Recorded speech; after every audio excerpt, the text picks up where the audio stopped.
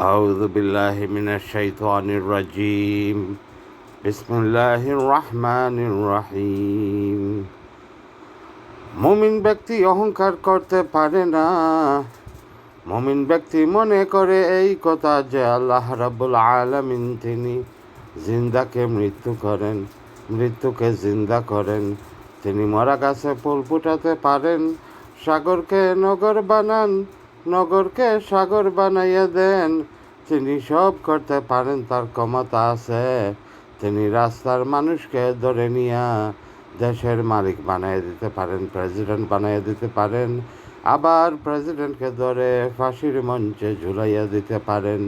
তিনি যা খুশি তাই করতে পারেন। ফাআলুন লিমা ইউরিদ, যা খুশি তাই করতে পারেন যিনি। তার নাম কি?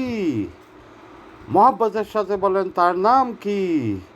দুনিয়া কারো কাছে তার কৈফিয়ত দেওয়া লাগে না, গোটা দুনিয়া কৈফিয়ত দিতে বাধ্য আল্লাহ সুবহানাহু ওয়া তাআলার সামনে। তার সামনে কৈফিয়ত দিতে হবে।